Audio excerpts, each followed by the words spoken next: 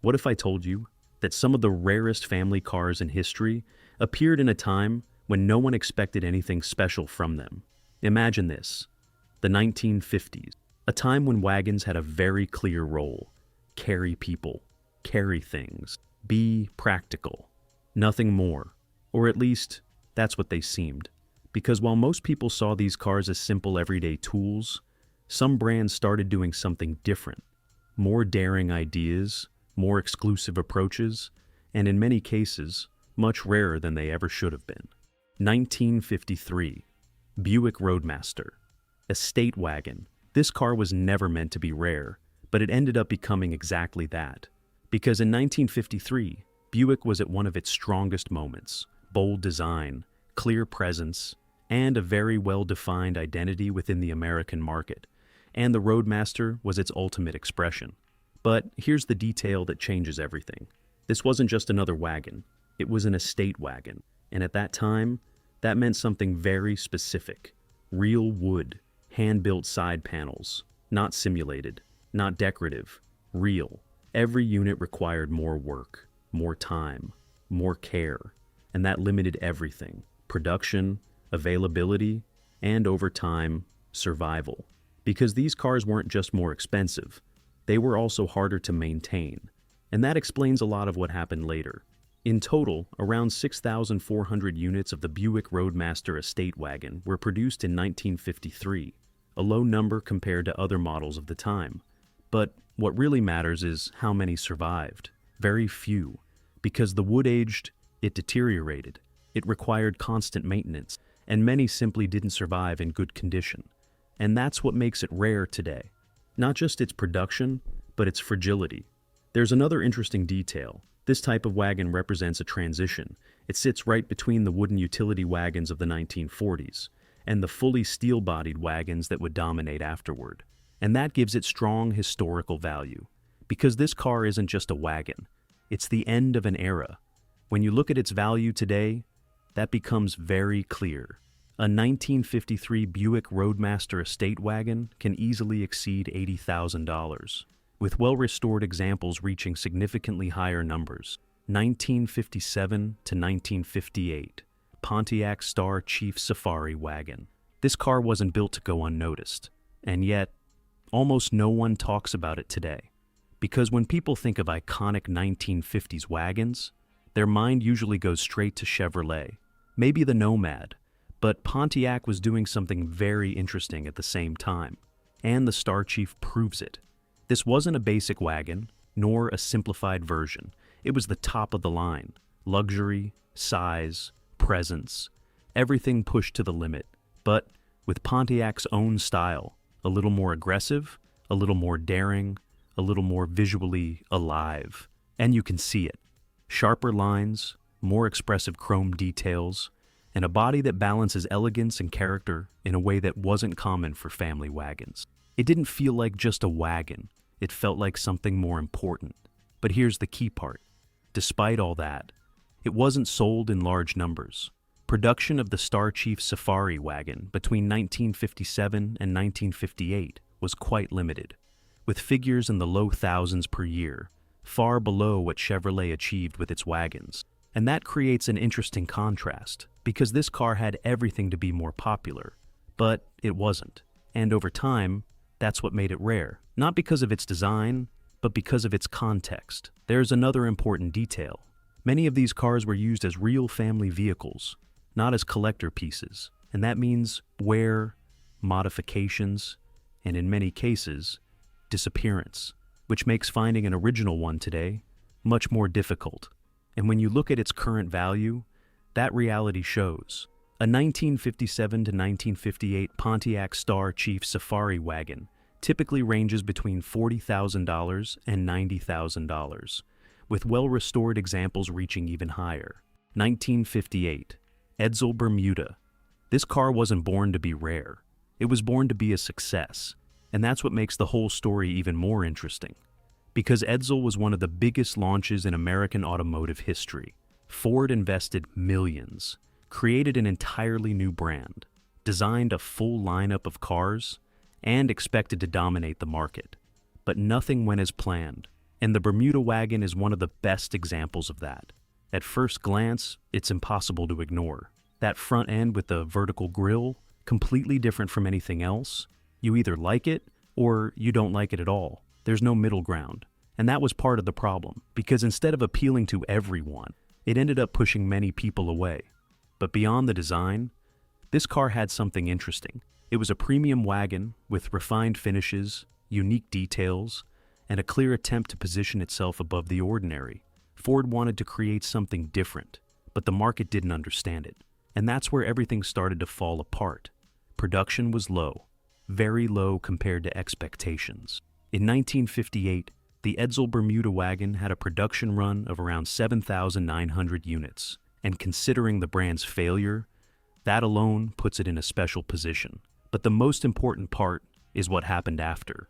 The Edsel brand disappeared quickly. Many cars were scrapped, others were simply lost over time, and that turns the Bermuda into more than just a rare car. It turns it into a historical mistake, and that makes it even more fascinating. Because it's not rare due to exclusivity, it's rare because of failure. When you look at its value today, that reality is reflected.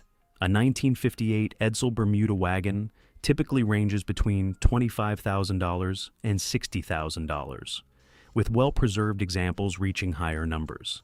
And now I want to know something. Do you think this design was too risky for its time? Or do you think the market simply wasn't ready for it? I'll read you in the comments. 1957. Ford Del Rio wagon. This car wasn't created to be special, but it ended up becoming one for a very simple reason. It didn't last long, because the Del Rio wagon wasn't a completely new model. Ford took the ranch wagon platform and decided to give it a more refined touch, something closer to a passenger car than a utility vehicle. Better finished, more comfortable, more civilized, and on paper, it made sense. But in reality, it didn't work the way they expected, because the people looking for a wagon wanted something simple, practical, affordable, and those who wanted something more refined just went for a sedan instead. And the Del Rio got stuck in the middle, with no clear identity, and that directly affected its sales. Total production of the 1957 Ford Del Rio wagon was around 48,000 units. It may sound like a big number, but within Ford's total volume at the time, it was low, especially for a model that only lasted 1 year, and that's what makes it rare today. Not because it was extremely limited, but because it disappeared quickly. There's another interesting detail. Many of these cars were used exactly as intended, as everyday family vehicles, which means wear, modifications, and in many cases, very little preservation, reducing even further the number of well-kept examples today. And that completely changes how it's seen, because now it's not just a forgotten model, it's a hard one to find in the good condition. And when you look at its value today, that becomes clear. A 1957 Ford Del Rio wagon typically ranges between $20,000 and $50,000, depending on condition and originality. 1952. Plymouth Suburban. This car didn't seem rare, because at the time, it was exactly the opposite. It was common, practical, necessary. And that's what makes it interesting, because the Plymouth Suburban wasn't designed to stand out. It was designed to work, to carry families, luggage, daily routines, nothing more. There was no intention of exclusivity, no special design focus, no goal of creating something unique. But time changed that. Because cars like this were used to the limit. They weren't preserved. They weren't collected. They weren't cared for with the future in mind. They were tools. And when they stopped being useful, they simply disappeared. And that explains everything. Production was relatively high for the time, with tens of thousands of units built in 1952. But today, that doesn't matter as much, because what's rare isn't how many were made, it's how many survived, and in this case, very few, especially in original condition. There's an important detail here. This type of wagon represents a key stage in the evolution of the American automobile. When the family car started becoming truly functional, accessible, part of everyday life. It wasn't aspirational, it was essential. And that gives it a different kind of value today, because you're not looking at a car that was rare from the beginning. You're looking at a car that became rare over time, and that completely changes how you understand it. When you look at its value today, that reality shows.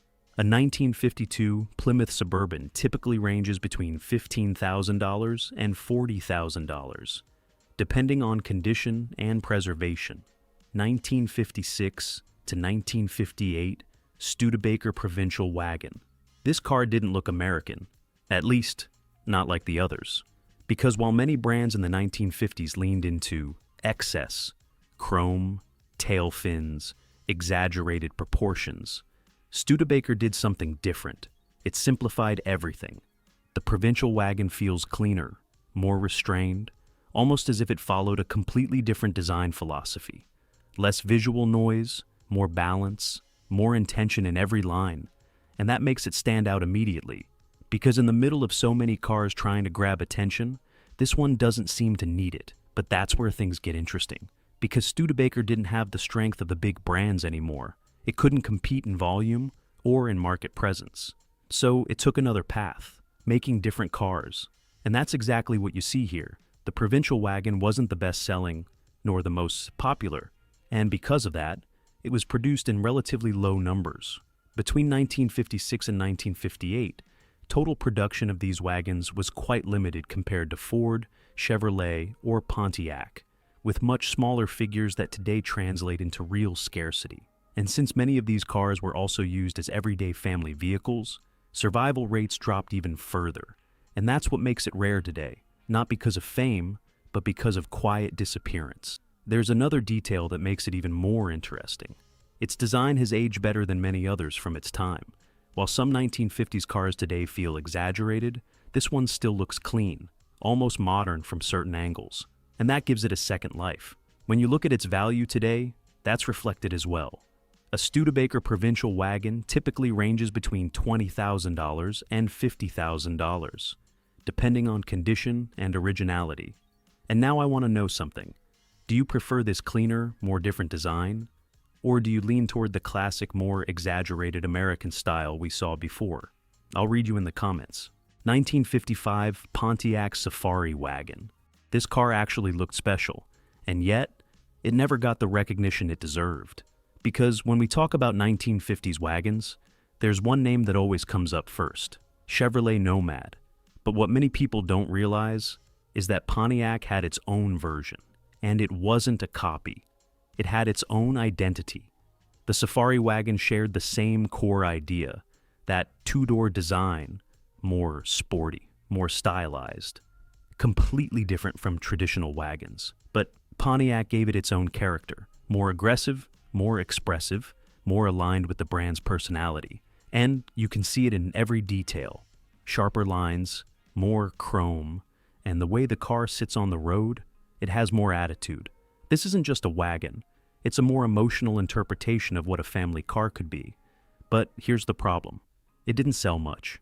Production of the 1955 Pontiac Safari wagon was extremely low, just over 3,700 units built, and that already puts it in a different category, because even back then, it was rare, and over time, that only got worse. Many were used, others modified, and very few survived in original condition. And that completely changes how it's seen today, because now, it's not just an interesting car, it's a hard one to find. There's a key detail. By sharing the concept with the Nomad, but without the same fame, the Safari ended up living in its shadow. And that makes it even more special for people who truly understand these cars, because this isn't the obvious choice. This is what got left behind. And when you look at its value today, that reality shows. A 1955 Pontiac Safari wagon typically ranges between $70,000 and $120,000, with well-restored examples going even higher. It's not the most famous, but it's probably one of the most interesting on this list, because this car didn't fail. It was simply overshadowed. And sometimes, that's what creates true rarity. 1951 Nash Rambler.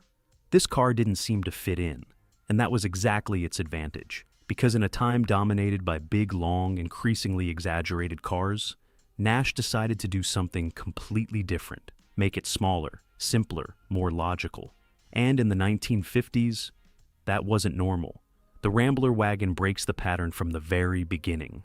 It's more compact, more contained, with proportions that don't try to dominate the road, but instead work better in everyday life. And that makes it rare, but by design, not by accident. There's a key detail that explains everything. This car was one of the first real attempts to create a more accessible family vehicle, more efficient, more practical, closer to what would later become the standard in many markets. But at that time, it was ahead, too far ahead, because the American public still wanted size, presence, excess, and the Rambler offered the opposite, and that directly affected its sales. Production of the 1951 Nash Rambler Wagon was relatively low compared to the big brands, which today makes it an uncommon car, especially in good condition. But here, rarity doesn't just come from numbers, it comes from the idea, because this car doesn't look like the others, and it never tried to, and that gives it a very strong identity. When you look at it today, it no longer feels strange, it feels logical. And that's the most interesting part, because this car didn't become relevant over time, it became understandable. When you look at its value today, that's reflected as well. A 1951 Nash Rambler wagon typically ranges between $20,000 and $45,000, depending on condition and preservation. It's not the flashiest, not the most powerful, but probably one of the smartest on this list. Because this car didn't try to follow the trend, it tried to get ahead of it. And that makes it something completely different. And when you look at all these cars together, you start to notice something that isn't obvious at first. Rarity doesn't always come from intention. Sometimes it's a consequence. And now I want to know something. Out of all these wagons, which one do you think is truly the rarest, not the most beautiful, not the most expensive, the one that made you think this shouldn't even exist? I'll read you in the comments. And if you like these kinds of cars, the ones that fell off the main path, you need to watch this video about the rarest wagons of the 1960s, because there, you'll see how this same idea evolved and became even more extreme. And when you watch it, you'll realize something. This was just the beginning.